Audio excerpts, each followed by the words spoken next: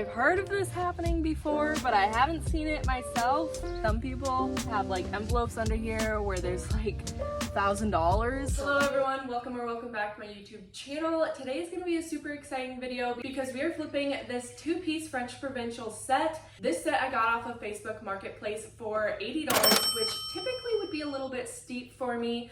But because these are French Provincials, I just had to have them. I think French Provincial pieces are so beautiful, and I always get really good sales with them because other people see their beauty as well in all the curves and the detail and all the work that's put into these pieces to make them as pretty as they are. They're always a good sale. Before we get too far into this video, please make sure to give this video a thumbs up and subscribe down below if you aren't already. Hitting that thumbs up button is going to tell the YouTube algorithm to push this video out to more people, which is really good for small channels like mine. So if you could do that, that'd be awesome. Now let's talk a little bit more about these two pieces. Now, one reason why I really liked these dressers and why I was willing to pay that $80 price was because they are in really good condition. All of the drawers slide great, none of the hardware is missing, which is awesome because I love to keep the original hardware on French Provincial pieces.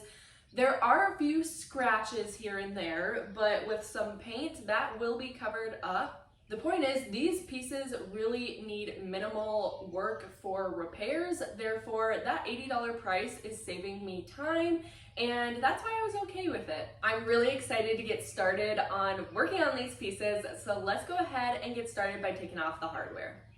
Unless there is some hardware missing or broken, I will keep the original hardware. In my opinion, the hardware is one of the main components that make the French Provincial style, and personally, I really love it. In fact, typically, if there is hardware missing or broken on a French Provincial piece, I'll usually pass on it.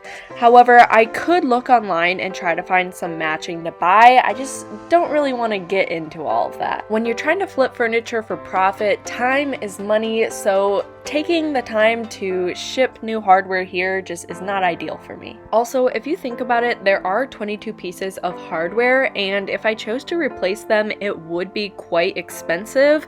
Now, when flipping furniture, you want to keep your all-in cost as low as possible.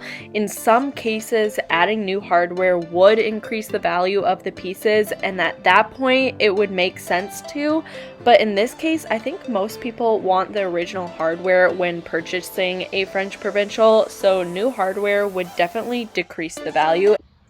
Thank God I like this hardware because this would be a lot of hardware to replace and a lot of money I'd have to spend.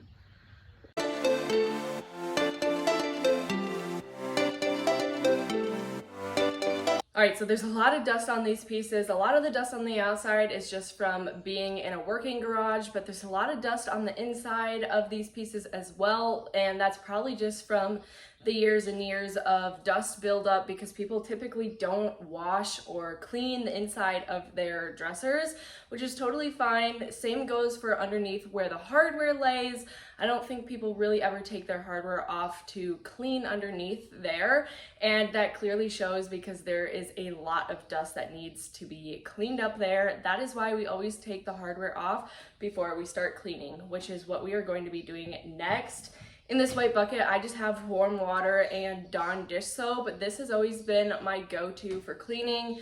It's really simple and easy, and most people have Dawn dish soap in their homes already. And I also have been using these Scott rags for just about anything that I can use them for. I really do love these rags. It's so easy to just pull one out and rip it off, and then you can use it for whatever you need to use it for. If you don't want to try these, I also really like using microfiber towels. They too will pick up a lot of this dust that you don't want, and it makes your cleaning job really easy. Now, because Dawn dish soap does create a bunch of suds, make sure that after you clean the pieces down that you also go back and rinse everything, because dried suds can actually show up in your primer and paint, and we don't want that to happen, so just make sure you always do that as well.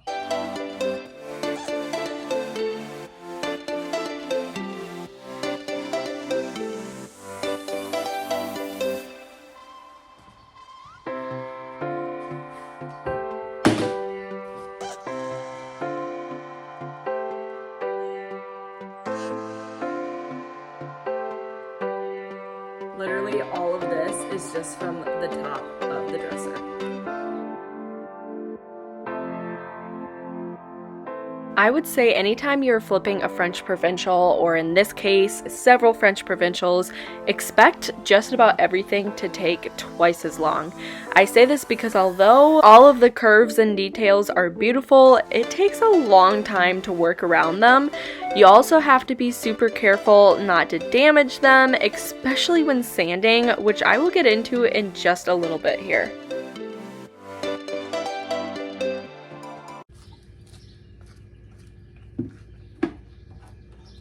You guys, I've heard of this happening before, but I haven't seen it myself. There's like a hidden note under here, so I want to read it. No one would know if you didn't take all the drawers out. Okay, so it looks like, well, actually, I'm not going to show it because it looks like it's some like credit card information, maybe some bank information, which I'm sure is old and inactive anyways, but just for safety reasons, I'm not gonna show that. But it's kind of cool. I have seen some people have like envelopes under here where there's like $1,000, so that would have been really cool. But I'm just gonna discard of this and continue on.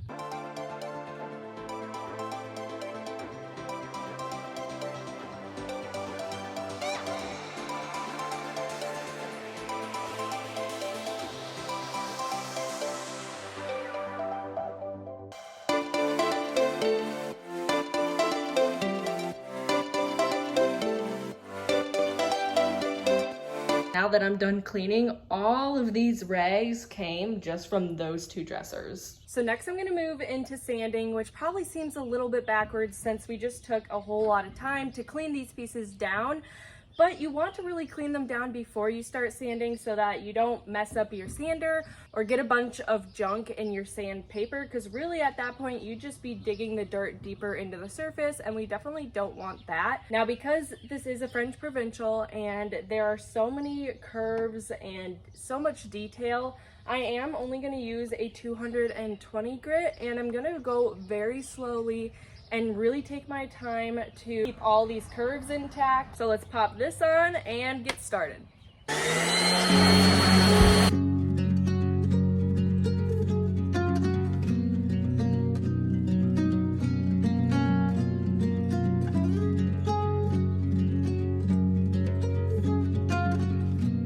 After trying the sander on the drawers, I figured it would be a lot safer to just hand sand them. I really didn't want to damage the curves. Although I didn't have any 220 on hand that wasn't meant for my sander, so I went with 150, which is still in the okay range for doing a scuff sand. Now, the reason we are sanding in the first place is so that it roughens up the surface just enough for primer and paint to really grab onto it. If I just put the paint on that smooth finish, it would probably peel off in just a few years. And as you've been able to see, I am able to sand all of the flat surfaces with my circular sander, but I am going back and just hand sanding all the curves because the sander is quite rough and I really just don't want to ruin any of those details. Oh my gosh, it is so hot out today. That was kind of brutal. But now that everything has been sanded down, I am just going to wipe everything off with water. I'm not going to do that on camera, pretty self-explanatory, but I will meet up with you guys after everything is all wiped off. After all of that dust has been wiped down and everything is dry, the next step is to start priming. Now, I'm going to be using this Zinsser 123 primer. This is my all-time favorite primer. If you've watched any of my videos before, you know I don't really stray away from this. Make sure that before you do prime anything that you are always stirring it all up. You want it all together. Then at that point, you're pretty much just ready to go on priming. I am using a new paintbrush here. I don't know why, but Lowe's got rid of my original paintbrushes, so I'm gonna try this one out. This one wasn't as good as the other one, though, I will admit that. I have since tried it now that I'm back here editing. It'll do, but it's just not my absolute favorite. I need to try to find where my old brushes are because Lowe's no longer carries them. priming is another method to help paint adhere to a surface for a long period of time. So when I scuff sand and prime together, I am very confident that my paint is going to stick for years to come. If you're interested in any of the products that you've seen me use in this video, like the primer or my brush or the sander that I was using, anything at all, make sure you check the description box down below, as I will have links to just about everything down there. After the primer dried, I started to get into the paint. Now I am going to be using the Sherwin-Williams Showcase white paint. I think it's pretty much just their standard white. Here's all the details you can screenshot if you want to use it for yourself. The reason why it says $9 on there is because I did get this from the Oops section for only $9. Who wouldn't want this beautiful bright white for $9? I don't know about you, but I definitely thought that was a steal, and since then I have used it on so many projects, but unfortunately this is actually the last project because I was finishing up this entire gallon on this project here. You see a mix of me putting on the first and second coat. It did need 3 coats for full coverage. And also I wanted to talk about why I'm painting it white. Now, if I were keeping this for myself, I definitely would have went with a more bold color. I think maybe a navy blue and a gold would have been beautiful, but I am sticking with the boring. And I just wanted to bring this up because I know you guys are gonna say that this is so bland and plain, and honestly, I agree with you. But because I'm flipping this for profit, I'm gonna go with what the majority of people want, and I've really noticed that anytime I paint anything white, it sells so fast for top dollar. So I am painting it white, and although that's not what I would be painting it if I were keeping it for myself, I know that buyers are going to love it. In addition to painting it white, I'm also cleaning up the hardware and drying it off so that I can spray paint it with my favorite gold from Rust-Oleum. This has always done the trick to make the hardware pop. It's a really inexpensive way to make original hardware look new and really luxurious like this. Now, because the paint didn't need any top coat, I am going to be going into the final reveal here. Here's a tiny sneak peek right before, and let's go ahead and get into it.